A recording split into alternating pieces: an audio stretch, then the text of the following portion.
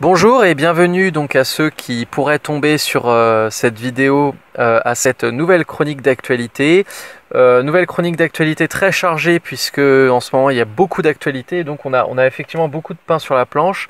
J'ai failli parler du Qatar et de toute la corruption, ce qu'on appelle le Qatar Connection, pardon, mais finalement ça fera l'objet d'une prochaine vidéo, d'une prochaine chronique.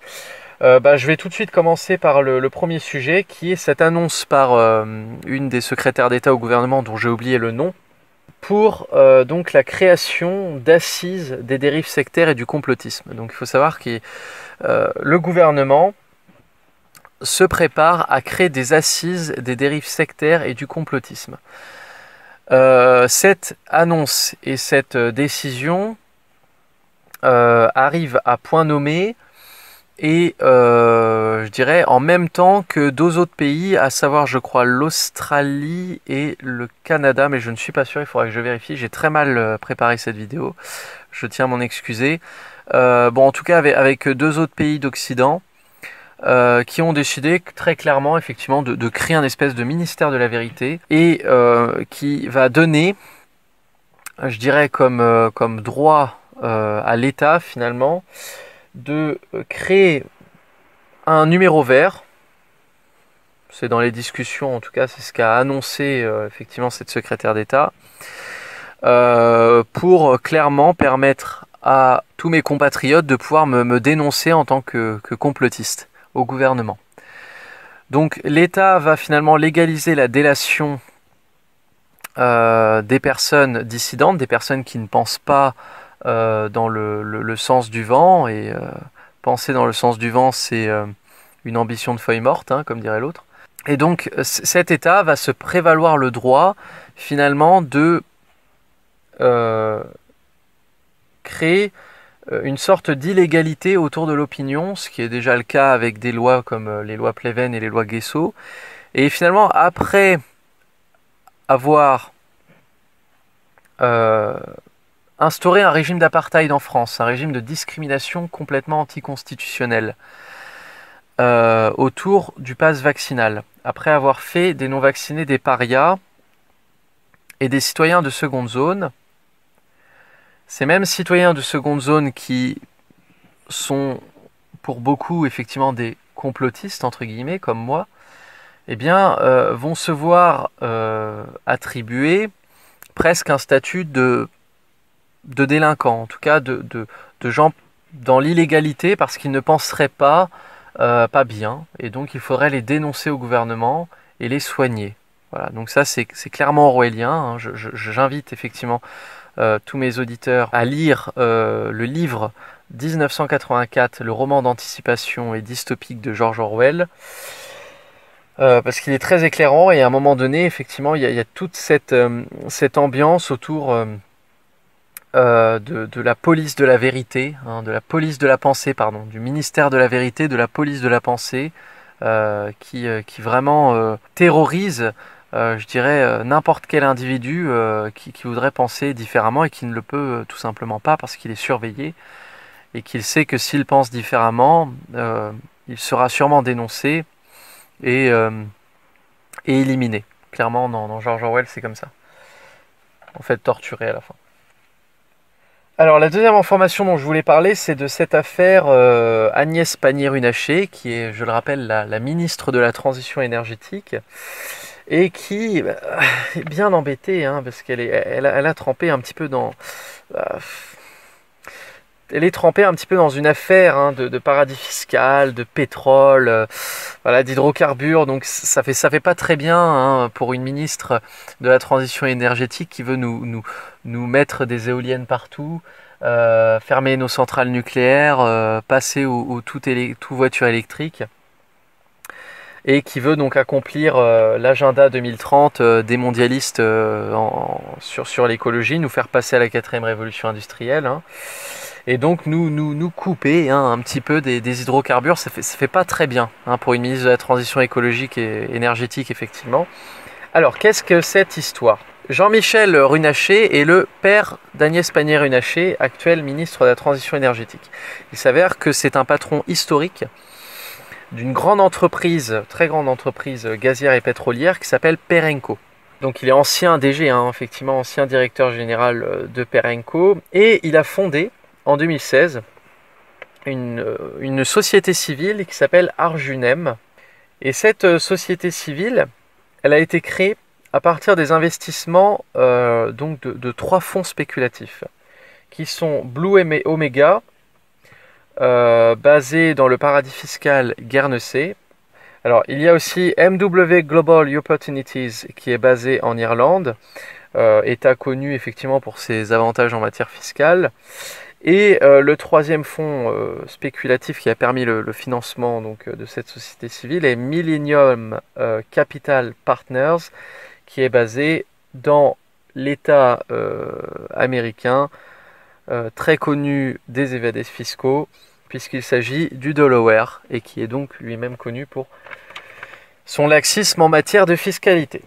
Alors, ces 3 fonds spéculatifs basés dans des paradis fiscaux ont apporté un capital de départ d'1,2 million d'euros à la société civile Arjunem, qui est maintenant la propriété totale des 3 enfants d'Agnès Pannier-Runacher. Alors vous allez me dire, bon ok, il y a une affaire de paradis fiscal, mais finalement elle n'est pas liée directement, puisque en fait c'est plutôt son père et ses 3 petits-enfants qui sont directement liés. Sauf que au moment de la cession, de la création effectivement de cette société, les 3 fils d'Agnès Pannier-Runacher étaient mineurs. Et donc Agnès Pannier-Runacher a signé un document attestant donc de cette cession aux 3 petits-enfants de Jean-Michel Runacher, de cette création d'entreprise, et du fait qu'effectivement ces enfants seraient les actionnaires de cette société, en tant que finalement représentante légale, elle a signé un document l'attestant. Donc elle en est liée, elle savait finalement que cette société-là, en tant que représentante légale et signataire, était liée à des paradis fiscaux, et les fonds spéculatifs étaient liés aussi à l'entreprise Perenco, puisque ce sont des investissements classiques de l'entreprise Perenco, que ces 3 fonds d'investissement, ces 3 fonds spéculatifs, pardon. Voilà, donc moi j'ai relevé beaucoup de choses de cette affaire que je trouve très intéressante. Tout d'abord, c'est la preuve supplémentaire, s'il en est, du parasitisme social de cette haute bourgeoisie qui occupe les rangs du gouvernement macroniste, qui donc sans travailler en fait s'enrichit effectivement sur le capital du grand-père par l'intermédiaire de paradis fiscaux, et qui plus est d'argent qui provient de spéculation, puisque on parle de fonds spéculatifs. Deuxièmement, ce que ça m'évoque, hein, toute cette affaire, c'est l'hypocrisie, comme je l'ai déjà un petit peu sous-entendu tout à l'heure. On a une ministre de la Transition énergétique qui doit remplir effectivement les injonctions de l'agenda mondialiste 2030, et qui finalement est bien contente d'avoir des petits copecs pour ses enfants avec les hydrocarbures, quoi, avec le pétrole, et avec de l'argent presque blanchi, quoi, hein. Voilà. Donc on a affaire finalement à un montage financier, hein, un montage financier assez opaque que le journalisme d'investigation du média Disclose a révélé, et ce qui n'est pas sans faire penser à Bill Gates et à son montage financier lié à ses activités entre guillemets philanthropiques et sa fondation Bill et Melinda Gates. Parce que le petit Bill Gates, par le biais de sa fondation, il fait fortune. Et il fait fortune comment ? Par un fonds d'investissement adossé à sa fondation, qui donc investit en actions dans des entreprises diverses qui rapportent donc à Bill Gates directement ou à sa fondation de l'argent en dividende, forcément. Sauf que effectivement, l'argent qu'il investit par le biais du fonds rattaché à sa fondation philanthropique, hein, eh bien, l'est dans des entreprises quand même d'armement, d'hydrocarbures également. Donc, ce Bill Gates finalement qui nous prône la transition énergétique, l'écologie, eh bien finalement investit lui aussi dans les hydrocarbures. Mais pire que ça, Bill Gates, il y a tellement de choses à dire avec Bill Gates que je devrais en faire une vidéo, mais Bill Gates, c'est quand même celui qui a dit dans une conférence à TED que pour réduire le réchauffement climatique, il fallait réduire la population mondiale de 10 à 15%, et ce, par l'intermédiaire d'une politique vaccinale et d'une politique avorteuse, hein, et de stérilisation. En fait, ce qu'il était en train de dire, c'est que par des méthodes en fait qu'on connaît, c'est-à-dire effectivement l'avortement, la stérilisation, la contraception, en fait la santé liée à la reproduction, on pouvait réduire effectivement la population de 10 à 15%. Il faut savoir aussi que Bill Gates, en bon mondialiste de la dépopulation mondiale, hein, néo-malthusien qu'il est et eugéniste, a participé à un conciliabule très opaque et très discret qui s'appelle le Good Club, avec des gens comme George Soros ou David Rockefeller, donc des pontes, hein, de la finance internationale et en fait des gens qui volent en jet privé, quoi. Les milliardaires qui veulent diriger le monde.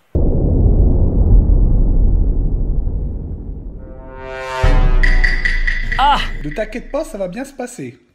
Bien se passer, ne t'inquiète pas. T'inquiète pas. Et donc je voulais mettre ces informations-là en lien avec cette propagande active qu'on subit actuellement autour de l'écologie. Alors cette même ministre de la Transition énergétique nous rabâche en ce moment les oreilles sur le fait qu'il faut chauffer nos maisons jusqu'à 19 degrés Celsius. Hein. C'est le fameux je décale, j'éteins, je baisse. Enfin, ou je l'ai pas dans l'ordre, mais ces nouveaux spots publicitaires autour de la sobriété énergétique, cette nouvelle propagande en fait qui circule et qui là a franchi une seconde étape avec France Info qui nous parle finalement de réduction de la population de 8 milliards d'individus sur Terre à 4 milliards pour lutter contre le réchauffement climatique.